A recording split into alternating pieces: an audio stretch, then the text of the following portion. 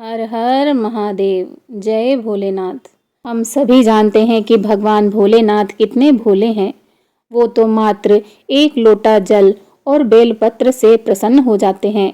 भोलेनाथ जी की पूजा के लिए बहुत अधिक चीज़ों की आवश्यकता नहीं होती। हमारे भोलेनाथ तो सिर्फ एक साधारण बेलपत्र से ही प्रसन्न हो जाते हैं। भगवान शिव जी की बनाई हुई इस संपूर्ण सृष्टि में अनगिनत चीजें हैं, लेकिन फिर भी बेलपत्र ही उन्हें सबसे प्रिय क्यों है? आखिर इस साधारण से बेलपत्र में ऐसा क्या खास है जो इसे महादेव के पूजन में सबसे पवित्र माना गया है? और ये बेलपत्र आया कहाँ से? इसका जन्म कैसे हुआ? आज हम इसी दिव्य रहस्य से पर्दा उठाने जा रहे हैं। एक बार देव ऋषि नारद जी ने भगवान भोलेनाथ जी की स्तुति कर उनसे पूछा, हे प्रभु, आपको प्रसन्न करने के लिए सबसे उत्तम और सुलभ साधन क्या है? हे भोलेनाथ, आप तो निर्विकार और निष्काम हैं। आप सहज ही प्रसन्न हो जाते हैं। फिर भी मेरी जानने की इच्छा है कि आपको क्या प्रिय है। भगवान भोलेनाथ जी बोले, हे देव ऋषि नारद जी, वैसे तो मुझे भक्त के भाव सबसे अधिक प्रिय हैं, परंतु आपने पूछा है तो मैं बताता हूँ। मुझे जल के साथ बिल्वपत्र अत्यधिक प्रिय है। जो अखंड बिल्वपत्र मुझे श्रद्धा के साथ अर्पित करता है, मैं उन्हें अपने लोक में स्थान देता हूँ। देव ऋषि नारद जी भगवान भोलेनाथ और माता पार्वती जी की वंदना कर अपने लोक में चले गए। उनके जाने के पश्चात माता पार्वती जी ने भगवान भोलेनाथ जी से पूछा, हे स्वामी, मेरे यह जानने की अत्यंत तीव्र इच्छा हो रही है कि आपको बेलपत्र इतना अधिक प्रिय क्यों है। कृपा करके मेरी इस जिज्ञासा को शांत कीजिए। भगवान भोलेनाथ जी बोले, हे शिवे, बिल्व के पत्ते मेरी जटा के समान हैं। उसका त्रिपत्र यानी 3 पत्ते ऋग्वेद, यजुर्वेद और सामवेद हैं और उसकी समस्त शाखाएं शास्त्र का स्वरूप हैं। बिल्वपत्र को आप पृथ्वी का कल्प वृक्ष समझिए, जो ब्रह्मा, विष्णु और शिव का स्वरूप है। हे पार्वती, स्वयं महालक्ष्मी जी ने शैल पर्वत पर बिल्व वृक्ष के रूप में जन्म लिया था। इस कारण भी बेल का वृक्ष मेरे लिए अत्यंत प्रिय है। देवी महालक्ष्मी जी ने बिल्व वृक्ष का रूप धारण किया। यह सुनकर माता पार्वती जी कौतूहल में पड़ गईं। कौतूहलवश उपजी जिज्ञासा को माता पार्वती जी रोक नहीं पाईं और उन्होंने भगवान भोलेनाथ जी से पूछा, हे स्वामी, आखिर देवी लक्ष्मी जी ने बिल्व वृक्ष का रूप क्यों लिया? आप यह कथा विस्तार से सुनाइए। भगवान भोलेनाथ जी ने माता पार्वती जी को कथा सुनानी शुरू की। हे देवी, सतयुग में ज्योति रूप में मेरे अंश का रामेश्वर लिंग था। ब्रह्मा आदि देवों ने उसका विधिवत पूजन अर्चन किया था। इसका परिणाम यह हुआ कि मेरे अनुग्रह से वाणी देवी सबकी प्रिया हो गईं।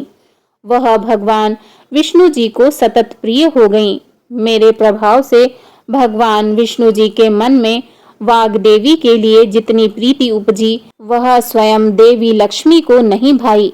देवी लक्ष्मी जी का भगवान श्री हरि के प्रति मन में कुछ दुराव पैदा हो गया। वह चिंतित और रुष्ट होकर चुपचाप परम उत्तम श्री शैल पर्वत पर चली गईं। वहां उन्होंने तप करने का निश्चय किया और उत्तम स्थान का चयन किया।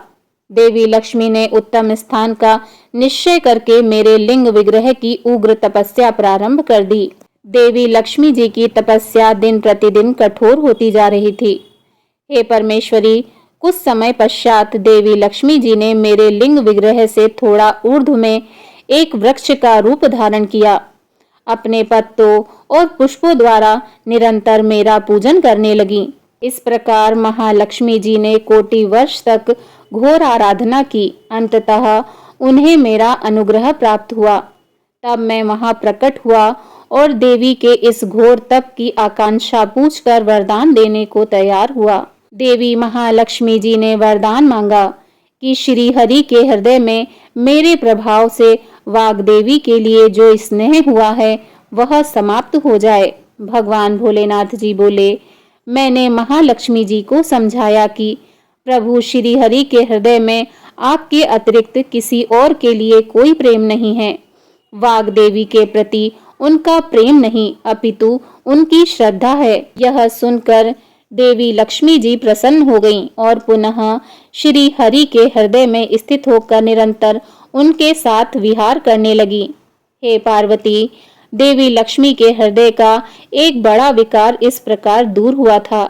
इसी कारण हरि प्रिया उसी वृक्ष रूप में सर्वदा अतिशय भक्ति से भरपूर यत्न पूर्वक मेरी पूजा करने लगी। हे शिवे, इसी कारण बिल्व का वृक्ष, उसके पत्ते, फल फूल आदि मुझे अत्यंत प्रिय हैं। मैं निर्जन स्थान में बिल्व वृक्ष का आश्रय लेकर रहता हूँ। बिल्व वृक्ष को सदा सर्व तीर्थमय एवं सर्व देवमय मानना चाहिए, इसमें तनिक भी संदेह नहीं है। बिल्व पत्र, बिल्व फूल, बिल्व वृक्ष अथवा बिल्व काष्ठ के चंदन से जो मेरा पूजन करता है वह भक्त मेरा अति प्रिय होता है। बिल्व वृक्ष को शिव के समान समझना चाहिए। वह मेरा शरीर है।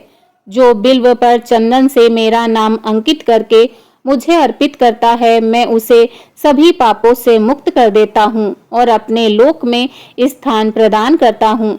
हे देवी, उस व्यक्ति को स्वयं देवी लक्ष्मी जी भी नमस्कार करती हैं जो बिल्व से मेरा पूजन करते हैं। जो बिल्व के मूल में प्राण छोड़ता है उसको रुद्र देह प्राप्त होती है। मेरी पूजा के लिए बेल के उत्तम पत्तों का ही प्रयोग करना चाहिए। एक अन्य कथा के अनुसार इस स्कंद पुराण में वर्णित है कि एक बार गंगा मैया और लक्ष्मी मैया दोनों भगवान भोलेनाथ जी के पास आईं। गंगा मैया ने कहा कि लोगों को मुक्त करने का सामर्थ्य मेरे पास है, लेकिन मैं लोगों को आरोग्य बनाना चाहती हूँ। मैं उनको आरोग्य बनाऊं, यह कृपा कर दीजिए। तब माता लक्ष्मी जी ने भी कहा, हे प्रभु, लोग मेरी आराधना करते हैं, मेरी स्तुति करते हैं। मैं लोगों की गरीबी को समाप्त कर सकूं। प्रभु, ऐसा कोई उपाय बता दीजिए।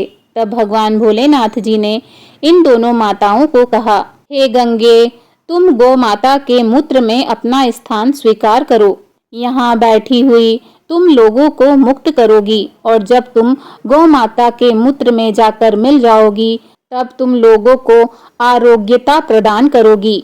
जब तुम गौमूत्र में विराजित हो जाओगी उस समय तुम लोगों को निरोगी काया प्रदान करोगी। गौमूत्र लेने से आरोग्यता मिलेगी। तब माता लक्ष्मी जी ने भोलेनाथ जी से कहा कि मेरी स्तुति प्रभु श्री नारायण जी के संग करते हैं। मैं लोगों की गरीबी दूर कर सकूं, ऐसा कोई उपाय बता दीजिए। भगवान भोलेनाथ जी ने कहा कि आप गौ माता के गोबर में जाकर बैठ जाइए। माता पार्वती जी बगल में खड़ी हुई थी। माता पार्वती जी ने कहा, ऐसी कन्याएं जो सुंदर घर और वर की इच्छा रखती हैं और उनको मिल नहीं पाता, मुझे कोई उपाय बता दीजिए जिससे मैं उन्हें सुंदर घर और वर प्रदान कर सकूं। भगवान भोलेनाथ जी ने कहा, मैं आपको एक बात बताता हूँ, ध्यान से सुनिए। भोलेनाथ जी कह ही रहे थे कि इतने में सामने से गौ माता चल के आईं। गंगा जी ने और माता लक्ष्मी जी ने और स्वयं देवी पार्वती जी ने प्रसन्न होकर गौ माता की स्तुति की और अपना स्थान मांगा। गौ माता ने गंगा मैया और माता लक्ष्मी जी को स्थान प्रदान किया। गंगा मैया जी को गौमूत्र में स्थान मिला और माता लक्ष्मी जी को गोबर में स्थान मिला। अब कोई स्थान नहीं बचा था। तब गौ माता बड़े लाड़ प्यार से माता पार्वती जी को चाटने लगी। उस समय माता पार्वती जी के देह का पसीना गौ माता के उदर में पहुंच गया। तत्पश्चात उस समय गौ माता ने गोबर किया। गोबर और मूत्र के सम्मिश्रण से देखते ही देखते एक विशालकाय वृक्ष प्रकट हो गया। तब भगवान भोलेनाथ जी ने कहा कि इस वृक्ष को लोग बिल्व वृक्ष के नाम से जानेंगे। और भगवान भोलेनाथ जी ने स्वयं कहा कि इस वृक्ष के फल को जो उनके ऊपर अर्पित करेगा उसके जीवन में किसी भी प्रकार की गरीबी नहीं रहेगी, किसी भी प्रकार का कोई कष्ट नहीं रहेगा। जो इस बेलपत्र को गंगा जल में डुबोकर शिवलिंग पर अर्पित करेगा, उसके जीवन में किसी भी प्रकार का रोग नहीं रहेगा। जो कुंवारी कन्याएं इस बिल्व वृक्ष के फल को भोलेनाथ जी पर अर्पित करेंगी, उन्हें सुंदर घर और वर प्राप्त होगा। स्कंद पुराण के अनुसार माता पार्वती के पसीने की बूंद से बेल वृक्ष की उत्पत्ति हुई, अतः इसमें माता पार्वती जी के सभी रूप विराजते हैं। बिल्व वृक्ष की जड़ में गिरिजा के स्वरूप में, इसके तनों में महेश्वरी के स्वरूप में और इसकी शाखाओं में दक्षिणायनी व पत्तों में माता पार्वती के रूप में विराजती हैं और बिल्व वृक्ष के फलों में माता कात्यायनी के स्वरूप में और फूलों में माता गौरा के स्वरूप में निवास करती हैं। इन सभी रूपों के अलावा माता लक्ष्मी जी के रूप में समस्त वृक्ष में निवास करती हैं। बेलपत्र में माता पार्वती जी का प्रतिबिंब होने के कारण भगवान भोलेनाथ जी पर चढ़ाया जाता है और भगवान भोलेनाथ जी पर बेलपत्र चढ़ाने से वे अत्यंत प्रसन्न होते हैं और भक्तों की मनोकामना पूर्ण करते हैं। जो व्यक्ति किसी तीर्थ स्थान पर नहीं जा सकते, अगर वह श्रावण मास में बिल्व के वृक्ष के मूल भाग की पूजा करते हैं और उसमें जल अर्पित करते हैं, तो उन्हें सभी तीर्थों के दर्शन का पुण्य फल प्राप्त होता है।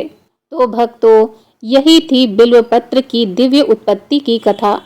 जिस पत्ते को हम साधारण समझते हैं, उसमें भगवान भोलेनाथ जी का गहरा रहस्य और आशीर्वाद छिपा है।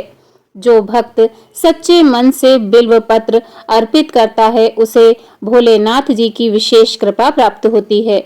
अगर आपको यह कथा भावपूर्ण और ज्ञानवर्धक लगी हो, तो कृपया इस वीडियो को लाइक करें, शेयर करें और मेरे चैनल को सब्सक्राइब करना न भूलें।